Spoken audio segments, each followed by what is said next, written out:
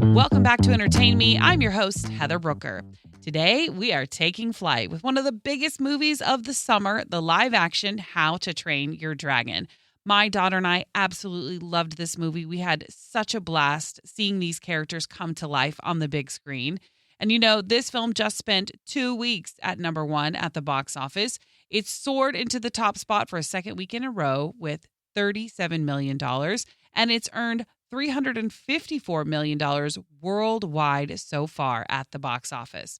Now, if you remember, the first film was animated and it came out in 2005. It was a big hit at the time, and now director Dean DeBlois has spent the last few years bringing a live-action version to the big screen. This film brings the beloved DreamWorks animated saga to life with some beautiful visuals. It has a wonderful story and a cast of rising stars.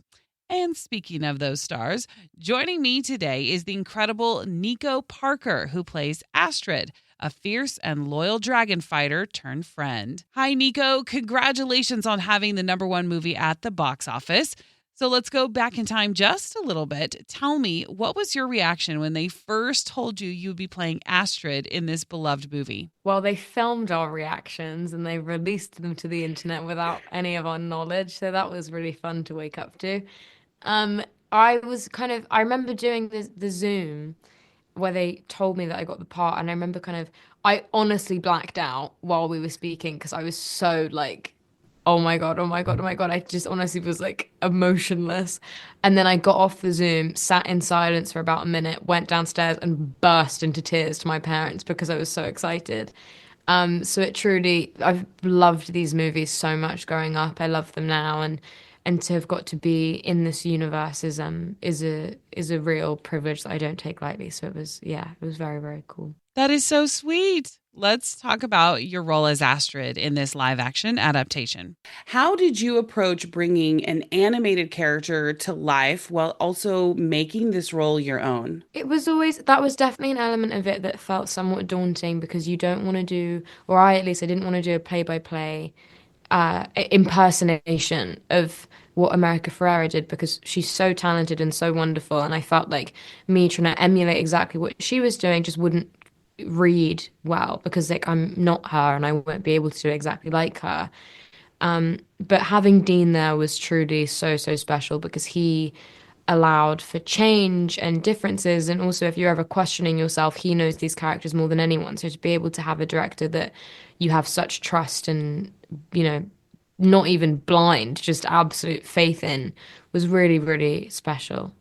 So I credit basically everything in my life at this point to Dean. Now, you mentioned your mom, Thandiwe Newton, who is, of course, an icon in her own right. And I would love to know if she gave you any advice, any tips before you started taking on this role. And you also have managed to carve out your own path here. And I would love to know what she has given you that's sort of helping you navigate the industry.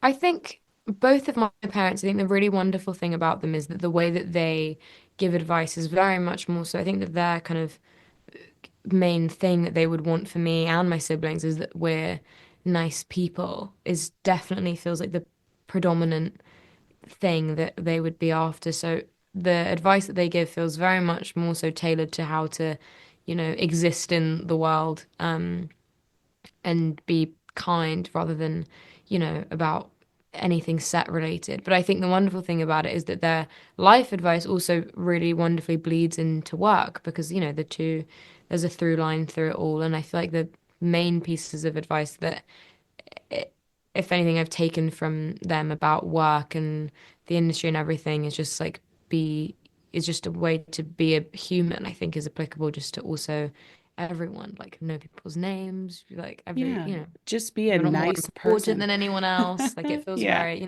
that stuff feels very, very important to them, and as a result, feels very important to me. It seems so simple, and yet so many people do not do that. I It's really try. good. It's Yeah. really good advice. I'm a diva Um, as soon as the camera's off, but I there try. you go. Well, let's talk a little bit about working with the CGI elements of this film. You know, there's some deeply emotional parts, especially the connection between Toothless and Hiccup. And what was it like building up that excitement and that emotional level with, CGI?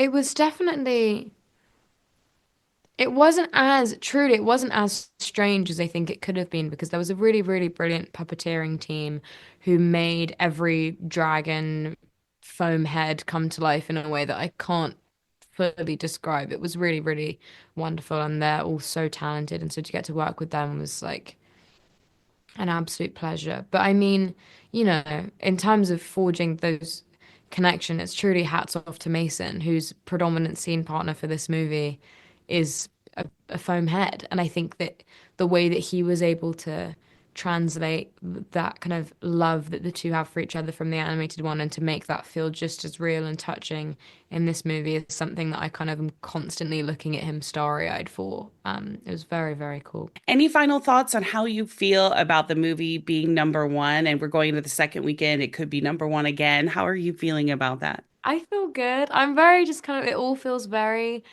crazy and a bit of a whirlwind, but I'm just trying to, I'm trying to just do normal things in the midst of all of it. Which my friends are very good at. My friends and my family are very good at keeping me like still in normalcy despite the madness going on. Keeping you grounded, huh? Yeah, they're trying. I love that. Well, don't forget to celebrate a little bit too. Have so much fun. Thank you. I really appreciate you taking the time to talk with Thank you me. so much. It was lovely to speak to you. She is so lovely, and it was truly a delight to talk with her. That was Nico Parker, who plays Astrid in How to Train Your Dragon, which is in theaters right now. Thanks so much for listening to Entertain Me. Make sure you subscribe to the show, like it, leave a review, share it with your friends, whatever you want to do. We appreciate every single listen, and I appreciate every single one of you. Thanks for listening again, and you can listen anywhere, anytime on the iHeartRadio app.